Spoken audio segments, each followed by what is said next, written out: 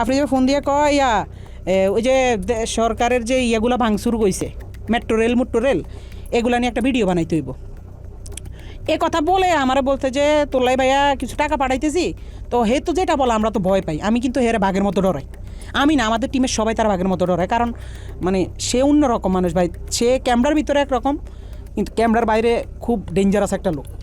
তারা কিন্তু সবাই ভয় পায়। ইউটিউব ইন্ডাস্ট্রিতে একটা টাইমে তার সবাই বাঘের মতো ভয় পাইতো। সবাই রে তার অফিসে ডাকাইতেছে, যারা আমরা টিমের যারা মানে ছাত্র আন্দোলনের সময় তার বিপক্ষে চলে গেছিলাম। তার বেল্টের বাড়ি আমার তো বেশি কেউ খায়নি।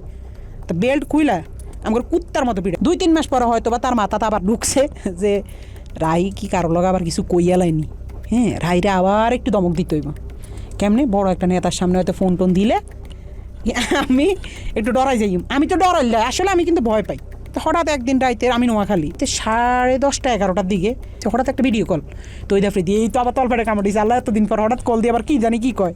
হঠাৎ ফোন দিয়ে কয়, শুন তোর লগে একজনের সাথে একটু কথা বলাই দিবে, বুঝছস রাহি? পর আমি কই জি ভাইয়া, কোনো সমস্যা নেই বলেন। পরের দিন দেখলাম হঠাৎ করে বিপিনুর ভাইয়ের সাথে আমার কথা বলাই দিছে ভিডিও কলে। আমার কইতেছে একজনের সাথে তোর কথা বলাই দিব, সে কিন্তু নেক্সট বাংলাদেশের অনেক বড় মাপের একজন কেউ হবে, প্রধানমন্ত্রী বা মানে ভালো একটা পদে যাবে। তো পরে দিই আফ্রিদি ভাইকে বুঝছসই তো তোর ভাইয়ের অবস্থানটা?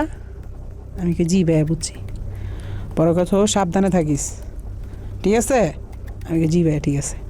শুধু বুঝাইছে যে তার লগে বিশাল বড় বড় হাত আছে, এই জন্য সে দেশে খুব রিল্যাক্স আছে, মানে বুঝাইছে এটা। 5 আগস্টের পরে 2-3 মাস সে আসে নাই। তখন আলহামদুলিল্লাহ বলছিলাম যে আল্লাহ সে না আসুক, সে তার মতো থাকুক, আমরা আমাদের মতো থাকি।